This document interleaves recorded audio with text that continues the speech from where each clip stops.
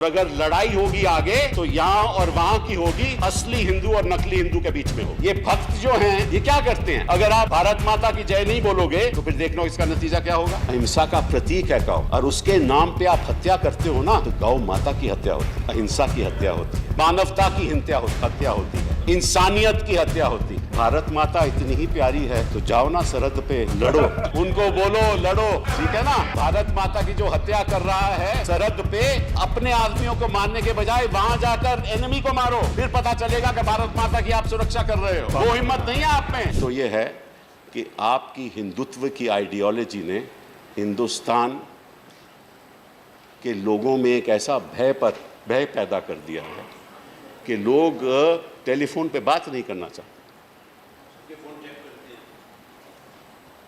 और ये लड़ाई, मैं आपको सच बात बताऊं, मैं समझता हूं कि जो ऐसी बात करता है, जो ऐसे काम करता है, वो असली हिंदू नहीं है, वो नकली हिंदू है।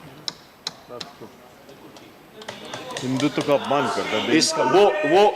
वो हिंदुत्व का अपमान करता है, वो हिंदुइज्म का अपमान करता है, वो इंसानियत का अपमान करता है। और अगर लड़ाई होगी आगे तो यहां और वहां की होगी, असली हिंदू और नकली हिंदू के बीच में होगी। नकली हिंदू वहां बैठे होंगे, सामने बैठे। ये लड़ाई होगी आने वाले वर्षों में, ये लड़ाई होगी।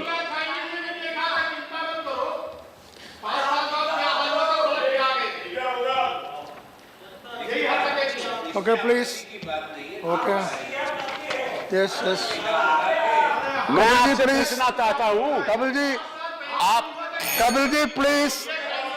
Kapil ji, don't be carried away by them, please. Because your time is limited. Kapil ji, your time is limited, so please. मैं आपसे पूछना चाहता हूं कि जो इस तरह की लिंचिंग करता है, क्या वो हिंदू है? इस तरह से मारपीट करता है, क्या वो हिंदू है? You need not ask. वो हिंदू नहीं है।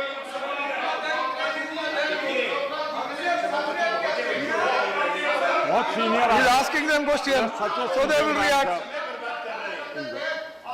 बैठिए। फर्जी Okay. बैठ जाओ। कपिल जी, already 16 minutes हो गया। Sir, don't allow them time. Yeah. You don't ask them They are questions also. because You address the chair. आप लोग बैठिए। Now sit down. Kapil ji, already 16 minutes. So in fact, it was the Prime Minister who way back in 2014 said that this country has heard of the White Revolution, this country has heard of the Green Revolution, and now a Pink Revolution is taking place. And therefore we must protect our cow. So it is nothing to do with those vigilantes, it is something to do with Narendra Modi. Nothing to do with vigilantes. It's the Prime Minister. It's the Prime Minister who is creating the kind of environment in which this is happening. And it is better, instead of the double speak, for the Prime Minister to come clean. How is it that when he made this statement in 2015, then in 2016, then in 2017, it has had no effect? In fact, मैं आपको समझ नहीं पा रहे होगे, बैठ जाओ। बैठिए। हमारे ऊपर से बैठिए। मैं आपको सच बैठिए। Not going on record. असलियत तो ये है, बैठिए। असलियत तो ये है कि हिंदुस्तान के इतिहास में सबसे ज्यादा ऐसे हत्याएं हुई 2017 में। 2017 में सबसे ज्यादा हत्याएं हुई हैं, और ये कहते हैं कि हम गौ की रक्षा करना चाहते हैं। मैं आपको बताता हूं कि हरियाणा में मथाना जगह है एक, वहां एक गौ रक्षा की जगह है, वहां 50 गाय की मृत्यु हो गई। 50 गाय की मृत्यु हो गई क्योंकि उनका ख्याल नहीं रख रहे। और जो गाय को सालाना मिलना चाहिए वो 600 रुपया है, हर गाय को 600 रुपया है, और ये कितना देते हैं? 150 रुपया। मतलब कि जो सरकार है वो भी गाय को जो देना चाहिए वो भी पैसा खा जाती है, ये इनकी सरकार। और ये कहते हैं कि गाय के प्रति ये इंसान को मारने को तैयार है। ये कौन सी राजनीति हो रही है?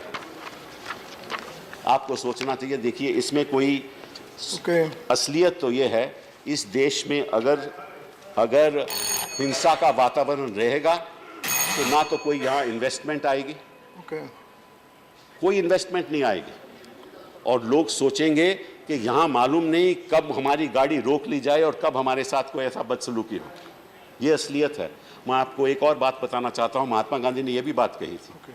उन्होंने कहा था कि हम सबको लाइव स्टॉक की साइंटिफिक एवैल्यूएशन करनी चाहिए, क्योंकि होता यह है, deputy speaker sir, that as far as a farmer is concern, वो बेचारा अपना लाइव स्टॉक और अपना एग्रीकल्चर रोटेट करता है। और ये मैं नहीं कह रहा, ये सरकार कह रही है, हिंदुस्तान की सरकार खुद कहती है। तो क्या करता है कि जब बीमार हो जाती है गाय, तो उसको रखने के लिए उसको 40,000 रुपया महीना खर्च करना पड़ता है। उसके पास वो साधन नहीं होता, इसलिए वो बेचना चाहता है, क्योंकि अगर वो रखेगा तो 40,000 रुपया उसको खर्च करना पड़ेगा सालाना। नहीं रखे, और जब वो बेचता है तो उसको जब पैसा मिलता है वो अपने धान में लगाता है, एग्रीकल्चर में लगाता है। तो कहने का मतलब ये है कि ये तो बात ये भी नहीं, सपने अपने लोगों की हत्या कर रहे हैं। ये जो किसान है उसकी हत्या हो रही है, वो बेचारा बेच भी नहीं सकता और उसको रख भी नहीं सकता, और जब वो गौशाला बेचता है तो सरकार को जो 600 रुपया देना होता है वो भी नहीं देता। दूसरी बात, अब गौमूत्र पे तो इनकी बड़ी साइंटिफिक लर्निंग है। अगर मैं समझता हूं कि अगर गाय के पालन के लिए अगर कुछ ये सोच करें तो शायद हम खुद गाय की रक्षा कर सकेंगे। कॉन्फ्रेंस रखी है। Okay. I'm just going to finish, sir. Just give me a minute or two. I'm not going to take more time. Now, sir, just a few facts, because they are also hurting the economy of the country. And I'm going to just show you this. See, the cattle ban that has been implemented by this government, क्योंकि जो गाय का जो मांस है वो हर चीज में इस्तेमाल होता है। लेदर इंडस्ट्री गाय के मांस से चलती है, मांस से चलती है। लेदर इंडस्ट्री इसी से चलती है। आपकी फार्मास्यूटिकल इंडस्ट्री इसी से चलती है। आपकी कई soap, many of these shampoos use some of this stuff. Now all this has stopped. All this has been affected in a very, it's been negatively affected. तो मतलब यह है कि आप इंडस्ट्री का नुकसान क्यों कर रहे हो? जो size of the Indian leather industry in 2015-16 is $17.85 billion. It employs 3 million people. Half of the leather industry employees are less than 35 years of age. उनका आपने रोजगार छीन लिया क्योंकि लेदर का काम सारा बंद हो गया। Then we are the second largest producer of footwear in the world. We are the second largest producers of leather garments in the world. वो काम बंद हो गया आपकी ये विजिलेंट्स की वजह से। 2016-17 में leather industry exported around $5.49 billion of leather and leather products. वो कम हो गया। Leather industry in 2015-16 was valued at $17.85 billion. उसमें घटौती आ गई। Leather is a major pitch in Modi's Make in India Pact program. आप अपने Make in India program पे हत्या कर रहे हो। उसी में भी लेदर का इस्तेमाल होता है।